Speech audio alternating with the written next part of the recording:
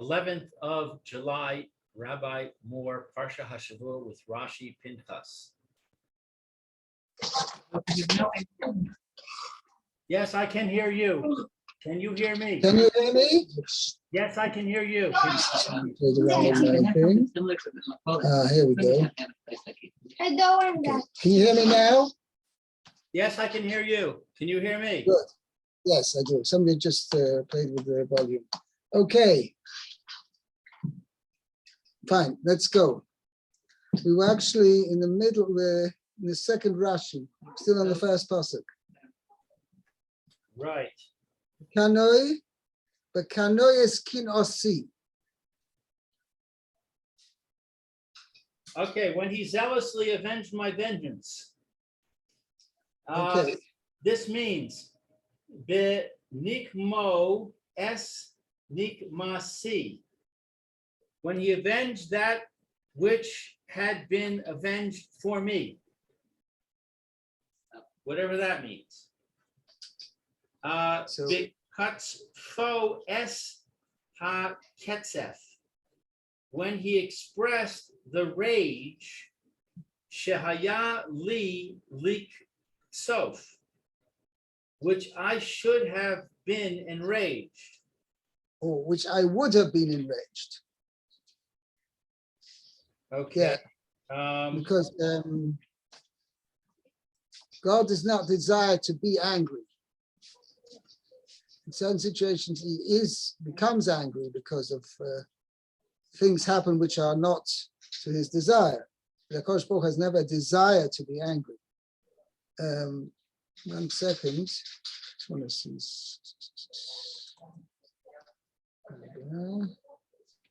Rashi.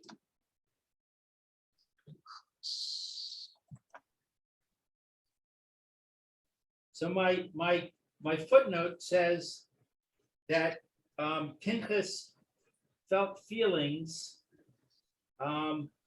emotions, which one would think would have been appropriate to God under the circumstances.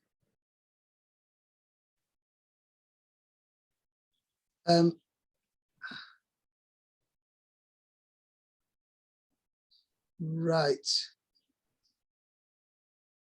So I've got a note over here.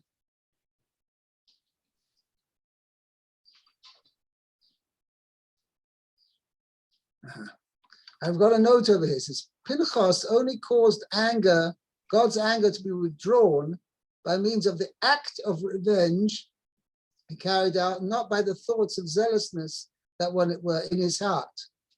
However, since the act of revenge was motivated by true zealousness, the Torah calls it kino, zealousness. You understand what I mean? The actual kino is really a description of feelings. Okay, feelings of zealousness and how should I say, feelings of becoming incensed or aroused, right, by what is happening. Okay. Yeah. But what appeased HaKadosh Baruch Hu's anger was not the fact that maybe Pinhas had those feelings. That wasn't enough. By the actual fact, he actually acted upon it.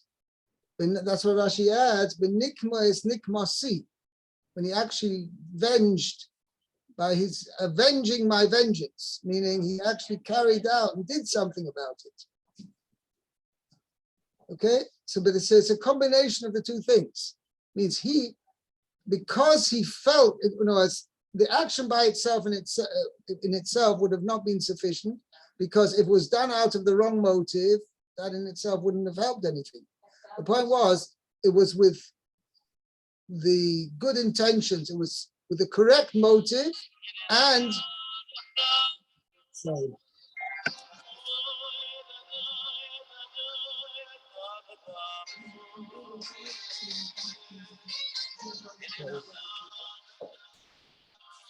Sorry.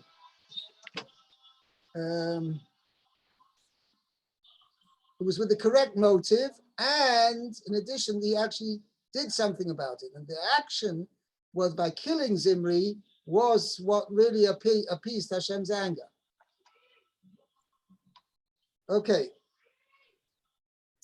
And then Rashi continues. All Lashon Kina, every expression of the word Kina, hu ha mischareh. It is, it means to arouse. Yeah, what it became means, it Lashon choro. Choro api means it became angry.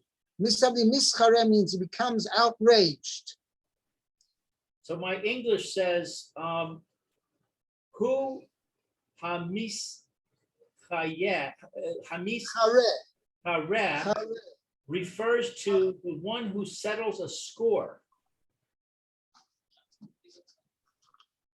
I don't get that. Okay, no, I tell you why. In Ivrit, you use the term mitzchare means as a competitor. But Rashi's not using it in that sense. And I understand where he's coming from, whoever wrote this translation. But Lamaisa, in this sense over here, Rashi's using for Lashon. Hamischara means somebody becomes outraged. Lashon choro, chora api means became angry. Chora means to get heated. Hamischara, who gets himself heated, gets himself outraged. Linkom nimkas dava, to avenge, to execute vengeance for something. Okay? And the French word emprenement. Right, to avenge vengeance. Right. So that's what Rashi's pointing out over here. There's a combination of two things. The feelings of outrage for what's going on and acting upon it. So Rashi points out the actual Lashon Kina means to become outraged by something going on. Okay? But the point over here was that not only did Pinhas become outraged, but he acted upon that feeling correctly. And the action was actually what withdrew Hashem's anger from the Jewish people. Okay? Okay. Let's continue. 12. Yeah, who's come in? Right. Hi, Mayor. Hi, I'll be right back. I got to get my text. Okay. Pasuk Yud Beis. L'chein emor hineni nosein lo es brisi shalom. Therefore, say, behold, I give to him my covenant of peace. Okay, so Rashi says, Es brisi shalom. Me'er, we're on Pinchas, the very beginning, Kaf Hey, Pasuk Yud Bet. Okay, thank you. My covenant of peace.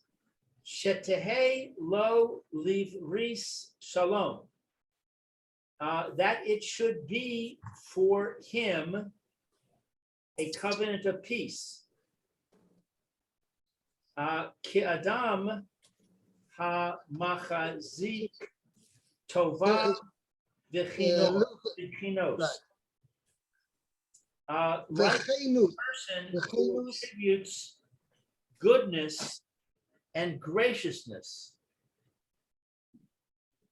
To one, somebody somebody who did a favor for him, somebody who did something good for him. So it's like a person who attributes goodness and graciousness to one who does him a favor. Afkan, here too, Perash lo hakadosh baruch hu. The Holy One, blessed is He, explained to him, Shelo Mosav. No. Pires. It's not Piresh. Pires. It's actually two explanations of it, I believe. Sure. I have a shin. You have a shin? I have a dot on the upper right. Here. I translated it. I brought both explanations, right? But I translate Pinhas, spread over him his manifestations of peace. Okay, Shlomo Yosef. And I've got a note of Pinhas as being written with a sin. However, it may also be understood as being spelled with a shin, meaning that God expressed his wish to bestow his peace upon him as an indication of his gratitude to him. Okay, so my English says, the Holy One, blessed be he, declared to him his feelings of friendship. Okay. Is that incorrect, or that's just an alternative? No, it's also possible, but I translated with the other explanation with a sin, spread over him his manifestations of peace. What I want to mention over here, Rashi, I just want to explain over here what's bothering Rashi. He says, Kosh Baruch Hu says, therefore say, meaning Moshe should tell Pinhas, I'm going to give him my covenant of peace. Now, the next passage says, there should be for him and his descendants afterwards a covenant of everlasting priesthood. So one said, where's the Bris Shalom? So Rashi explains, right, that this what's going to say in the next passage, that he's going to give him the covenant of the priesthood. That is the covenant of peace, which is mentioned over here. That's what Rashi says. As Bris Shalom, I'm giving him my covenant of peace.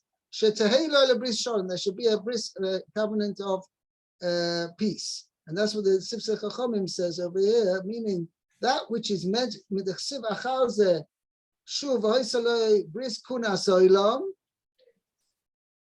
right? And this is what Akash Baruch Hu is going to give him, the covenant of the priesthood. So therefore, Rashi is explaining that my covenant of peace. My covenant is referring to the covenant of priesthood, which Kosh Baruch is going to give him, which heretofore Pinhas was not a Kohen, and now he became a Kohen. But that is reward for having done what he did, because this covenant of priesthood is a covenant of peace. What does that mean? It means because the priests, when they do the service in the Beis HaMikdash, they create peace between Klal Yisrael and HaKadosh Baruch Hu. And what Zimri was doing was breaking that peace, because he was going such a brazen act of defiance against HaKadosh Baruch Hu, that was like breaking the peace between HaKadosh Baruch Hu and Klal Yisrael. And Pinhas, by killing Zimri, restored that peace. Pinhas, that's why he says, that's what's indicated in Pasuk Yud Aleph. He withdrew my anger. Chas v'shalom, had Pinhas not done something, not killed Zimri, then Akash Baruch Hu would have been angry with Klal Yisrael, and that would have broken the peace between them. Now, by killing Zimri and doing away with this defiant sinner, Pinhas restored the peace between HaKadosh Baruch Hu and Klal Yisrael. Okay? Oh. I lost the connection between, I understand what you're saying. The last sentence you said made sense to me perfectly. But right. What I'm not understanding is how you connect that to the priesthood. Oh, so the acts of the priest, the priestly service fulfills the task of creating peace between HaKadosh Baruch Hu and Klal Yisrael. Because when Klal Yisrael showed their allegiance to HaKadosh Baruch Hu by bringing the sacrifices and showing their connection and love for HaKadosh Baruch Hu, that brings peace between HaKadosh Baruch Hu and Klal Yisrael, and brings peace to the world as well, because once there is Klal Yisrael are serving HaKadosh Baruch Hu as they should, then the whole creation is fulfilling its purpose. Okay, so in other words, Rashi is saying is the juxtaposition of verses 12 and 13, Right. telling us that the covenant of peace. Yes, it's not just the juxtaposition. Same thing. Was the reward? There's not two covenants over here. There's only one covenant, i.e., bris kunas olam, that he's going to get a covenant between Pinhas and HaKadosh Baruch Hu that he will be forever. He and all his descendants will be priests. Rashi is explaining that covenant of the priesthood, everlasting priesthood, that is Brisi Shalom. Okay, thank you. Right. Okay. Let's go on to the next pasuk. I have to leave in about 3 minutes. So let's see what we'll hop around. As Hashem, we have my daughter's getting married today. Mazel tov, mazel tov. Mazel tov again. I want to hop mincha before. Okay. Normally in the afternoon. So we're at Yud Gimel now? Yes. Okay. Vaitalo ulzaro acharav brit kahuna olam tachad asher kinei leloka vayichaper al bnei Yisrael. Okay, so it's for him and his descendants, I guess. Right. After him. Okay, a covenant, an eternal covenant of the covenant of an eternal priesthood. Priesthood. Okay. Tachad, because he took. So we say this is in exchange or in place of Asher Kinei Leloikov, that he acted zealously for his God by Yechaper b'nei Yisrael. He atoned for the children of Israel. Wow. Okay, Vaitalo, Britzot, shall be for him. This is the covenant of mine, it says. Okay. Brit Kahuna Olam, a eternal covenant of priesthood. Let's see, Sha'af al-Pi. Rashi adds in the word Brisizois, Rashi's pointing out it's all one covenant. There's not two covenants here. It's only just one covenant. Okay. Shekavar Nitna Kahuna. Okay, so even though a priesthood was already given, okay, Lazaro Shel Aharon, to the seeds of Aharon, okay, the descendants, I guess. Right, descendants of Aaron. Okay. It was only given to Aaron and his sons. Who were anointed with it. And to the descendants, right? That they will give birth to after they were anointed. Pinchas was like left in the middle. Ava Pinchas shenoilad kodim lachem. Pinchas was born before that. V'lo nimshach, but he wasn't included to be anointed. Lo ba lichlal kohuna ad kan. He didn't become to be a kohen until here. V'chein shoninu b'zvachim. So we have learned in Zvachim. Lo niskain Pinchas ad shahargo zimri. Right? Pinchas did not become a Kohen until he killed Zimri, and then he became a Kohen. Then he was appointed to the priesthood. HaKadosh Baruch Hu gave him now a special blessing that he should now become a Kohen. Derech Hagav, it doesn't say that he actually was anointed at this point. How did he become a... Okay. Okay, we'll have to stop here. Okay, we'll have to stop. We got one more Rashi to do, Bez Hashem. Back tomorrow, Bezat Hashem. Okay. Yeshkayach and Mazel Tov once again. Rabbi, enjoy your simcha. By your children and grandchildren, Bezat Hashem. Amen. Thank you very much. Be well, Colton. Okay, be well.